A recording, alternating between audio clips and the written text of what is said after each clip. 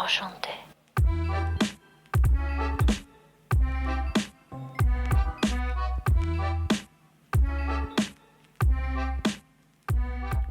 A big thank you to Ultima Replenisher for sponsoring this video. Ultima Replenisher Electrolyte Mix is your daily dose of delicious hydration. It's packed with 6 electrolytes plus vitamin C and zinc. It helps you feel refreshed and ready for everything with 0 calories, 0 sugar, and 0 carbs. My daily workouts and my evening time in the sauna is really important to me, but I know that it puts a healthy strain on my body, so it's really important for me to replenish. I love using my Ultima Replenisher. In fact, I carry a few of these in my purse just so I know I always have them when I'm out on the go. Ultima is sweetened with stevia leaf. It's vegan, keto-friendly, paleo-friendly, and really important to me, it's non-GMO. And did I mention plant-based flavors and colors? You can find Ultima on their website on Amazon, Whole Foods, CVS, Sprouts, HEB, and more. They have so many delicious flavors, and you cannot forget the tea freshers. These ones might be my favorite. Head to the link in the video description below to stay hydrated with Ultima Replenisher. Hello lovelies, I'm Angela, and this is Parisienne Farmgirl. Bienvenue, welcome to our Everyday Chateau. I have been mentioning for a few months on Instagram and in my Substack that I wanted to share an art tour with you. Today is the day. Today's a very special tour. I'm going to be taking you around the house and sharing with you something that's so important to me, and that is the art that we hang in our home. For the past few years, I've been quietly gathering pieces that spoke to me.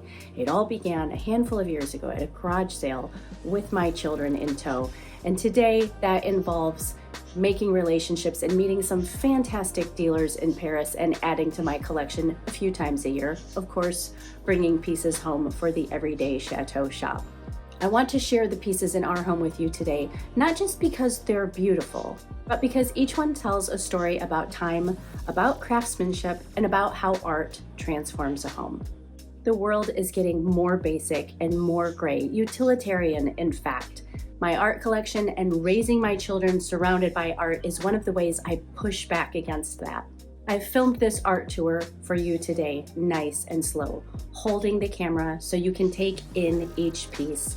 I know a lot of you like to contemplate and you come to the channel for a pause in your busy life. I love that. That means so much to me. So I hope that you find the pacing of today's tour just what you need. If you're watching and you think you maybe need a breath of Paris, if Paris is calling your name, I want to mention today at the beginning of the video that I do have spaces left for the April 2026 tours. There, I will introduce you to my favorite art dealers. You'll be able to enjoy exclusive discounts that I've arranged with them, and you'll bring back treasures of your very own. You'll find the link to reserve your spot right below this video. If you love more behind the scenes, then Substack is where I share the full story. I'm pretty partial to Substack because it's like old school blogging, and blogging 20 years ago is where Parisienne Farmgirl began. The difference with Substack is that these missives are delivered right to your email inbox. This is where I share musings from our everyday chateau, more behind the scenes, photographs, and a little bit more emotion, including a look at our family life, children leaving home, and of course, living a French-inspired life. You'll walk away with ideas every week on how to live a French-inspired life, but grounded in reality from an American perspective. And that link is right below this video too. Now today, I'm going to start in the kitchen. Yes, I have art in my kitchen.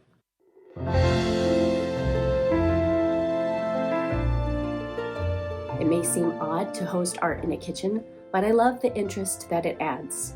This wall features not only the core colors of the kitchen design, but also my collection of haystacks. You'll even notice the theme of wheat on the Antique French Agricultural Award. This wall blends very amateur pieces with works by French artists I found on online auctions and in smaller museums. Each one is special. One hangs askew no matter what I do, and I think it adds to the charm.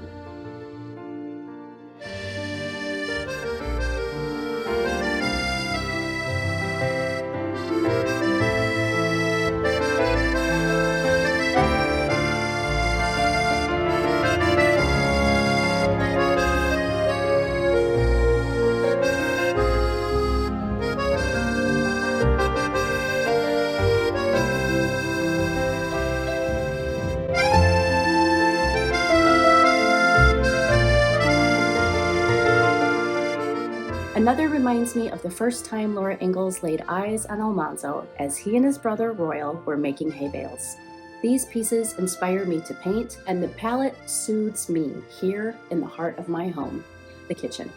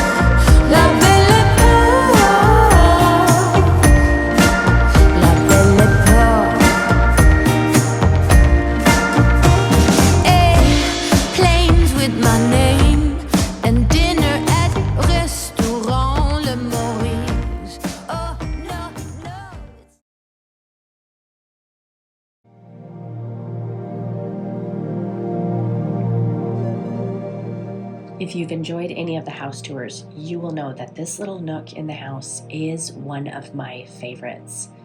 And that oil painting on the top, under the light, is the first one I ever bought in Paris.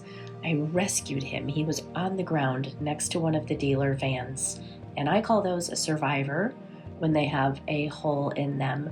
This one really inspired me. This is the painting that inspired me to paint. So in the next room, you will see my reproduction of that piece And that was sort of my entryway into learning how to oil paint. That was the piece that inspired me. I do love a reproduction, like this amateur reproduction of a Millet piece.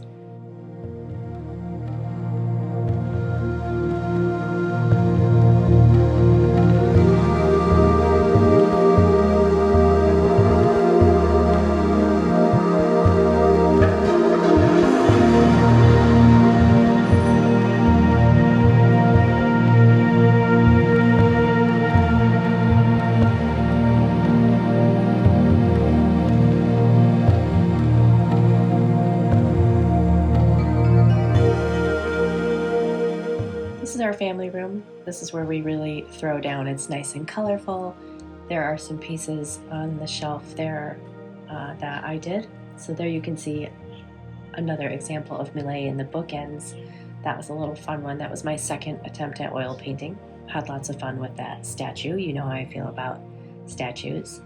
My favorite part of this room is the big wall. So we do live in a lake community. We're on Lake Michigan. And I wanted to bring some of that into the house, and I didn't know quite how to do that, keeping with my French theme. And then I started finding boat paintings at the flea market. And of course, I found my big maidenhead up high there. And that was just the beginning.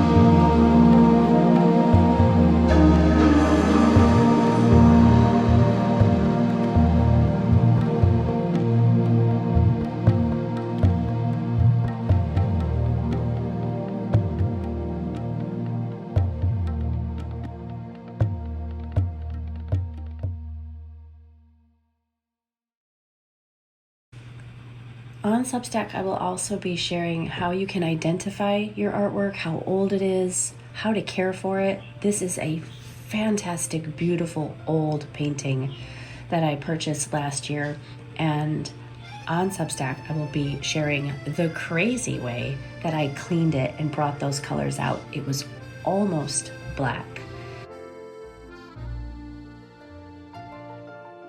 The conservatory, which is part greenhouse, part art studio, is still under construction. We're still redoing those floors. They're down, halfway down, but not painted. But it does house some more favorite pieces from my collection. It's going to be spectacular when the space is done and there's oil paintings everywhere, and I'm back in my studio more regularly, painting, enjoying myself, making my own creations. In the meantime, I've hung some of my palettes on the wall along with parts of my collection.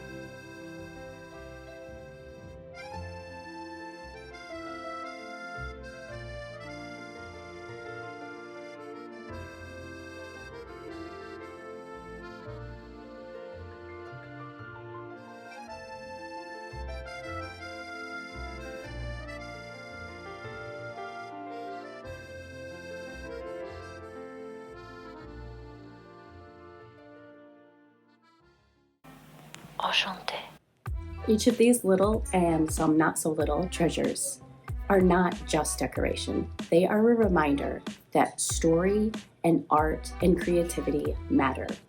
If you want to follow along as I prepare for Paris and share more of these everyday stories, Substack is where I share more and what I don't share on YouTube. I'd love to have you check that out. That link is right below this video.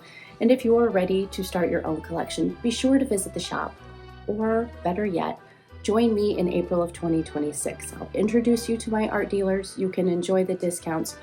More importantly, as you start reading everything that's going along on Substack, you will get this idea of the friendships that are made on these trips. You'll come home with art and some beautiful new friendships. I'd love to see you all there. Now, I hope you have a beautiful weekend, and I will see you all again very soon. A bientôt.